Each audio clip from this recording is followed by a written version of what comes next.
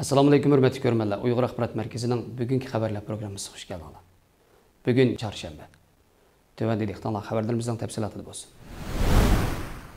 Xitay axbarat torunun 8-ci ayının 1-ci gündəki xəbərdə bildirilishicha, bu yil kirgandan buyon atalmış Şinjan cəmiyyət xavfsizligi mikro saxçısı Ündidar kichik programmasining ishlatilish qitim soni 5 milyondan artıq kishiga umumlashtirilgan bo'lib, bu yil ichida 1 milyon 550 mingdan ortiq har xil cho'ng kichik tilolarni bir taraf qilgan.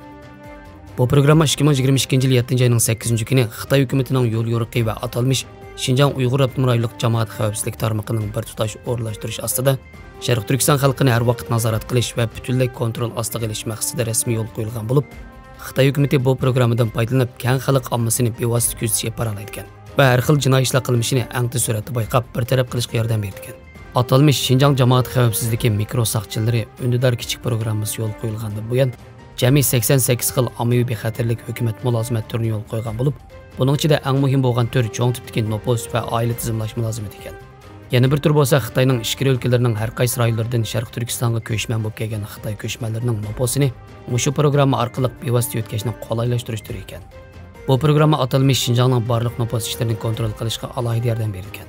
Buning ichida faqat bangtuan darajalik rayonlarning nopos ahvoli buning sirtida ekan. Buningdan Xitoy hukumatining vatanimizdagi bangtuan darajalik rayonlardagi ko'chman Xitoylarning haqiqiy nopos sonini alohida sir holatda yushirganligini ko'rib olamiz.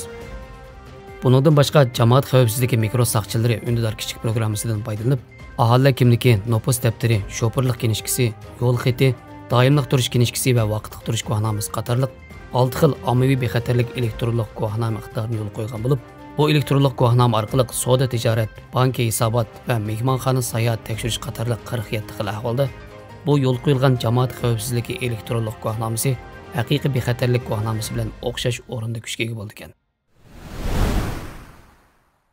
Xitoy xabar torining 8 ayning 1-ci kundagi xabarda deyilishicha, 7 ayning 31 kuni atalmış Eli Qozoq avtonom oblastinin Qo'ldi shahridagi Qo'rg'os xalqaro chegara hamkorlik markazining Xitoy Qozog'iston xalqaro madaniyat almashtirish markazida Xitoy davlatlik tashqi madaniyat savdo bazasi ochildi. G'ulja Sharq Turkistonning tashqi madaniyat savdo bazasi, Qo'rg'os noyisi bo'lsa Xitoy bilan O'rta Osiyoni tutashtiradigan halqiliq chegara rayon. Shundaqla Yevropa va boshqa joylarning madaniyat savdosi ham hamkorlikni umumyuzlik ilgari surishdagi muhim tugun. Xitoy Qo'rg'os noyisining Ipak yo'li bo'yidagi davlatlarni o'zaro tutashtirib turadigan rayon afzalligidan to'liq foydalanib, Xitoyning atalmış bir balvoq bir yo'l qurilishidagi xalqaro madaniyat almashtirish markaziga aylantirishga tirishmoqda. Bu ochilish marosimida Qo'rg'os xalqaro madaniyat sayohat taraqqiyot guruhi cheklik shirkati, davlatlik tashqi madaniyat savdo bazasi, G'uljiq vakolatan 12 shirkat bilan hamkorlik kelishimi imzolagan. Xabarlarimizni ko'rganingizga rahmat. Ko'rishguncha omon bo'ling. Xayr xo'sh, Allohga omonat.